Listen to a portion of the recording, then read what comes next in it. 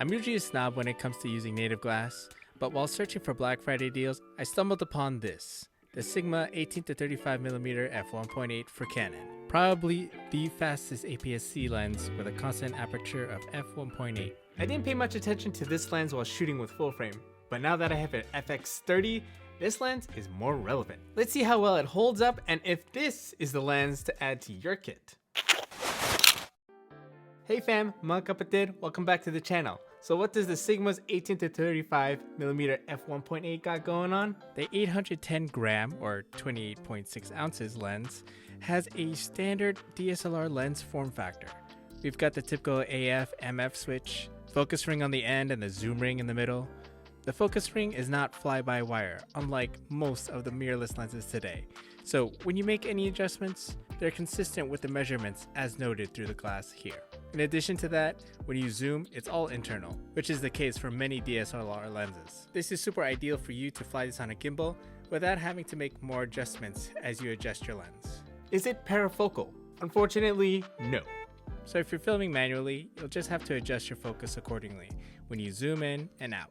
Although it's not that crazy out of focus when you zoom in and out manually. Regardless of such, this lens is still popular enough that they rehouse this lens in a cinema body with all the gears and parts to be able to make this more friendly in a traditional film environment. Okay, let's talk about some autofocus. How does that perform? Is it sharp? Oh yeah.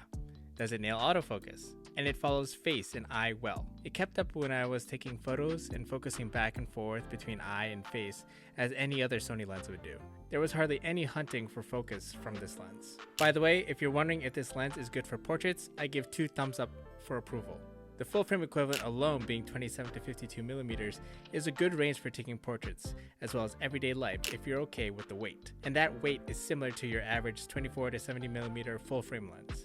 In terms of video, the autofocus was also excellent as I was filming outside, indoors, and even did this quite strenuous video autofocus test with our intern, Brian the Bobo Barista. I mean, look how well this lens is keeping up at f1.8. Let's give a like for Brian. He doesn't get much tips, but we can leave him a like. There are a few times when I wish the autofocus started looking elsewhere to focus, but most of the time it got what I was looking for.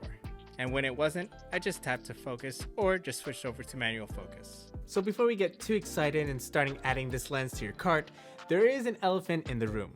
One of the first things you gotta notice when shooting with this DSLR lens is the autofocus noise. Again, it's not fly-by-wire, so when it tries to acquire focus, you hear all the little turns and micro adjustments. But how audible is it though? Well, you be the judge. Okay, we are filming on the Sigma 18-35 with a shotgun mic on, and here we're going to go ahead and test. It's focusing on me right now. We'll see if you can really hear the focusing gears.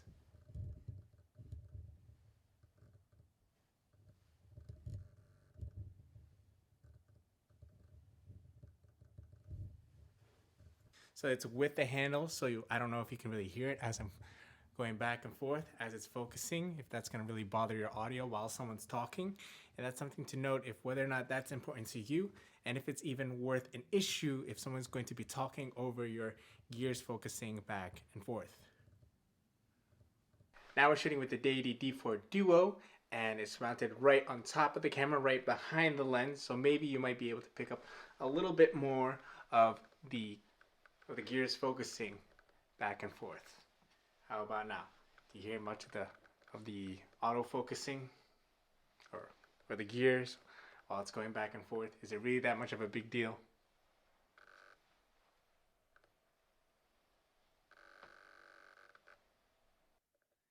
Gears focusing while I'm going back and forth all up in this frame. Okay, and then let's see what it sounds like when we're going ahead and off to the frame. Still trying to focus on something.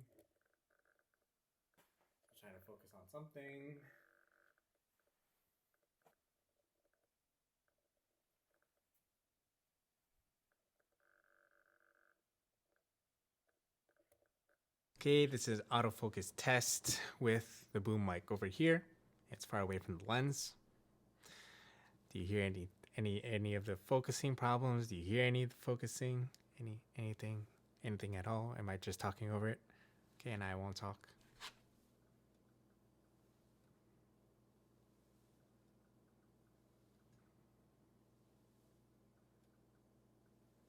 It appears that the lens works best when the microphone is boomed over your talent's head, like right now. But if you don't have this kind of setup and you want to avoid all risk of hearing that noise, you're either going to be manually focusing for the video or locking off focus. I mean, this lens is mostly a B-roll lens at this point and to be used with your B camera.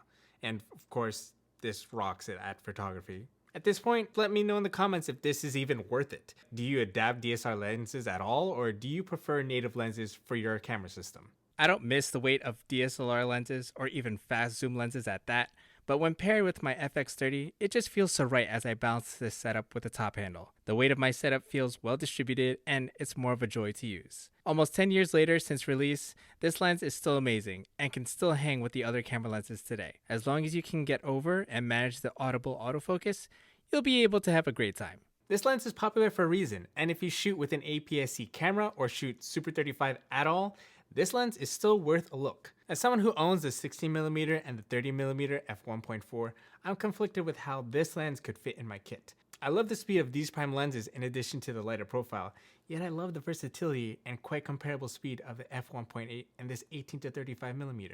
So I share my thoughts on these lenses over here and share more sample videos of this lens over here. Thanks again for watching. Now go out there and shoot for the life that matters. See ya!